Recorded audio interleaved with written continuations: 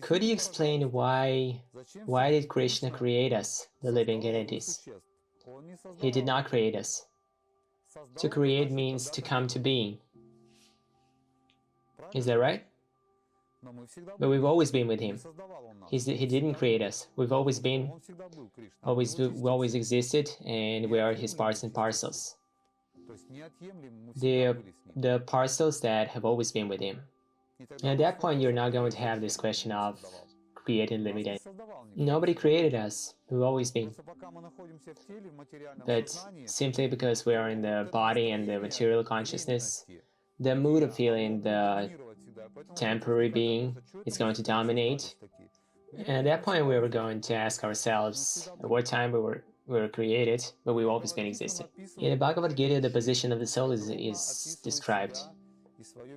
Lord Krishna describes himself and his opulence. And if Krishna is unlimited, then why does he need us? Krishna is always expanding in his space, he's unlimited. And who is expanding him? We do. We do. We're expanding him by our mood, our relationship, by offering the variation of the relationship, of the games with him, by offering of doing something new. And this is what expanding the Krishna consciousness. And that's how he's expanding. The love, it comes up between the two people. It cannot come up from one person with no object of love. We are the object of love for him, and he is the object of love for us. And this love is the interaction. We cannot just feel the love with no having a relationship with God, and the same for him. He needs the object of love. It's not that he is egoistically exploiting us. That's not. Love is a spiritual term, not a material one. And love is made only for Krishna. That's what Prabhupada says. And it's only applicable to him. And it only exists for him. And we can only play this love with him, in the relationship with him. Why did he create so many universes in the material world, the three modes of material nature, the cataclysms? He does not create it. I'm not going to read the end of the question, because he does not create it. It's we who create it. I'll explain it once I finish reading.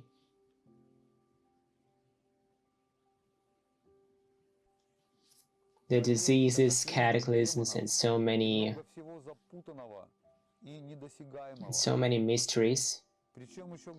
At the same time, he says that he's the best in everything, even in, for example, in being the thief, and among all the sorts of cheating, he's the gambling.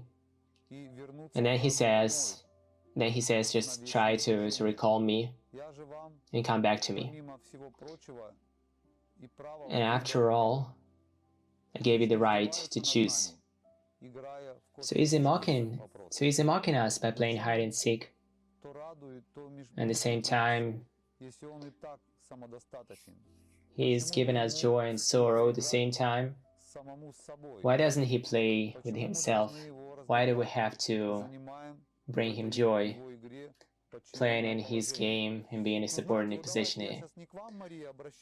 Okay, not addressing to you, Maria, but the whole concept, I'm going to explain it. I'm going to explain it in general, because that way of thinking is common for others, and the philosophies and other sampradayas out of Krishna consciousness who have the similar way of thinking, like, why is God like this?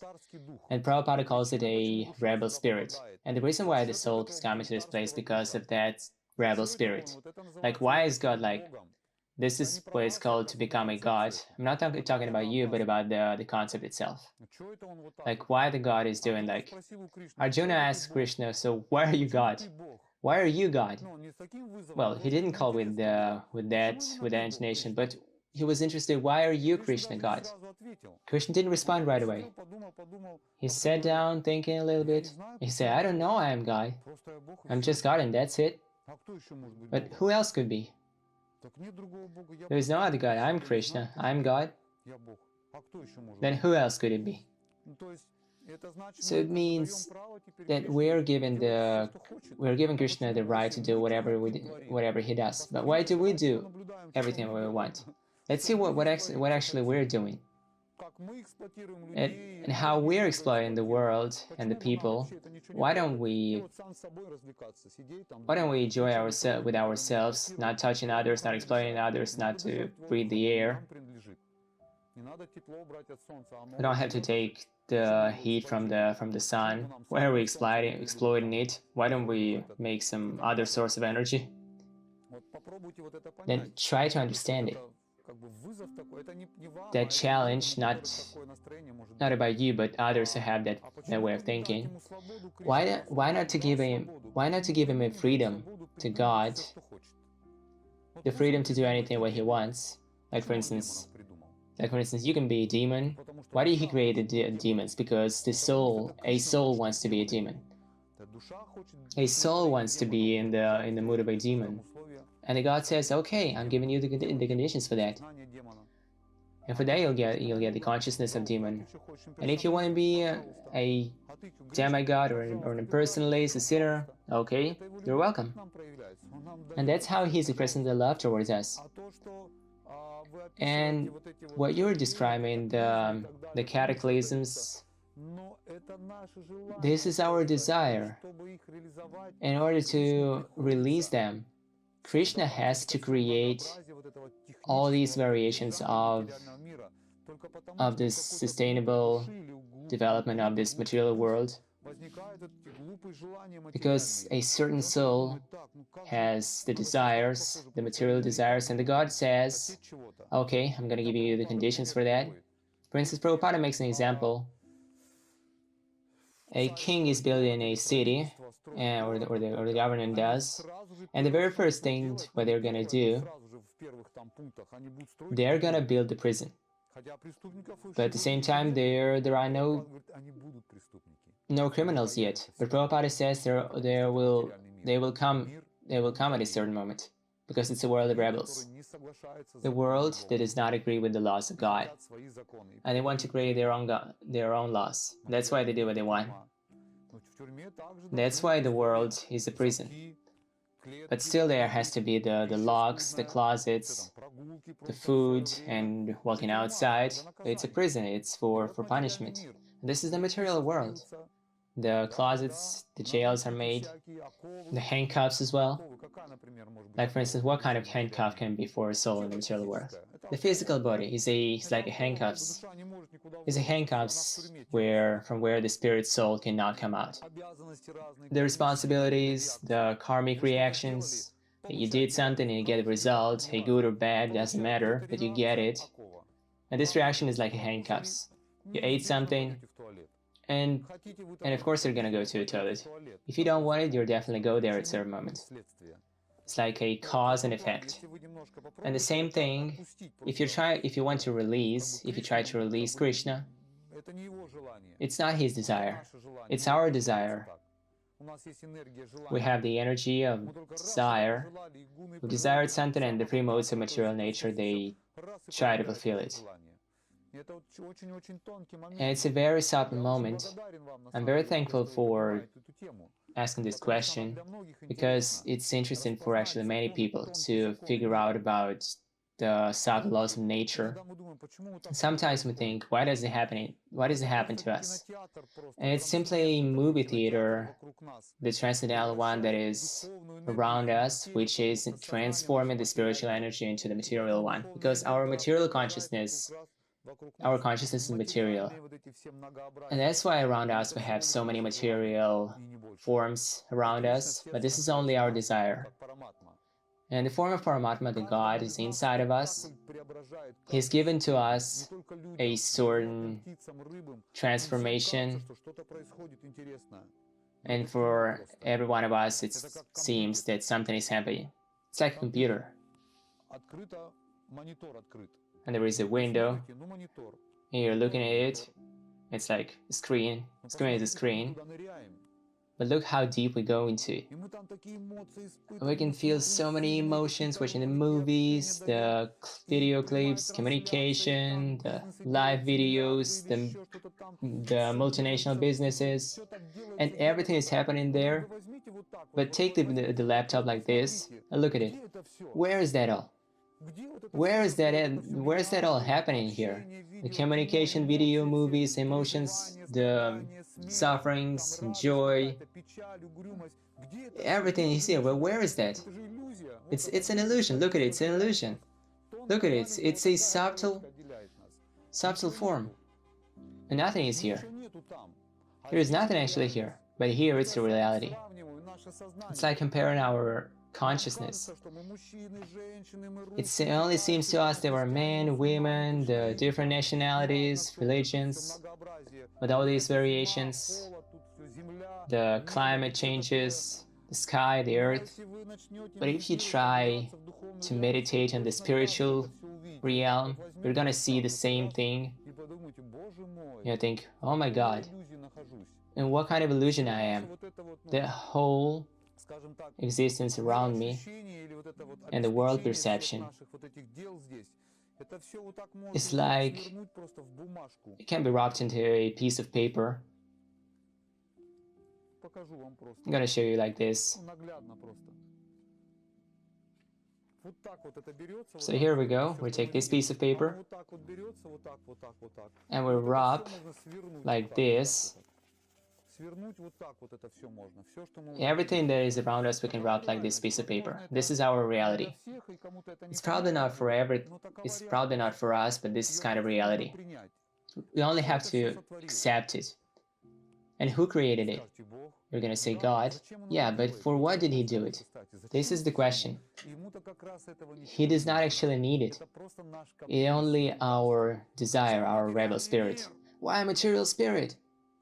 And he says, don't go there. Do you know how Krishna strongly asks us not to go there? You know, you have to go from the body to try to... And Krishna wanted us not to go there, crying and begging us not to go there because you're gonna have the old age, disease, birth, so many bad things. You're gonna suffer there. No, I want to go there. No, I want to go there. Just give me this. And sometimes the parents say, just take it, but don't cry. And the same thing, all this material world is created by our material desires. And Krishna is not actually needed. Krishna is actually not a part of this material world. And if you take even deeper, Krishna never leaves the Vrindavan. Never he goes out from there.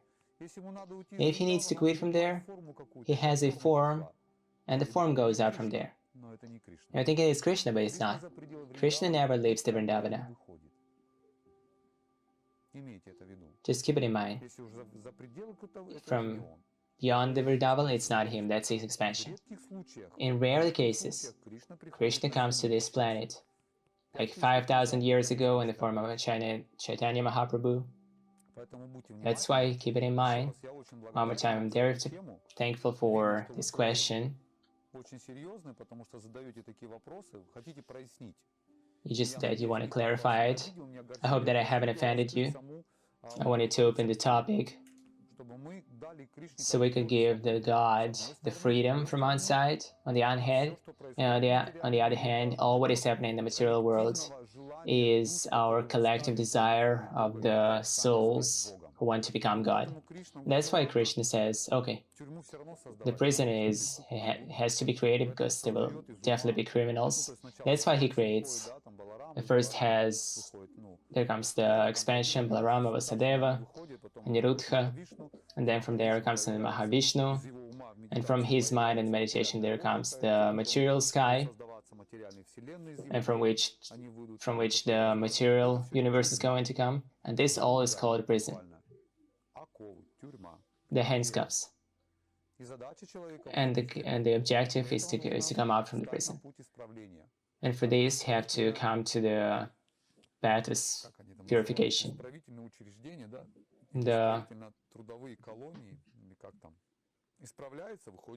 The prisons or jails, and we have to fix the consciousness from the material to spiritual to change it. Everything is going to change around us. Once you change internally, the external world is changing too. Okay, thank you so much for this huge question. I'm thinking that in your future, there will be a very interesting life in Krishna consciousness. Once you start to figure it out, you feel joy and inspiration.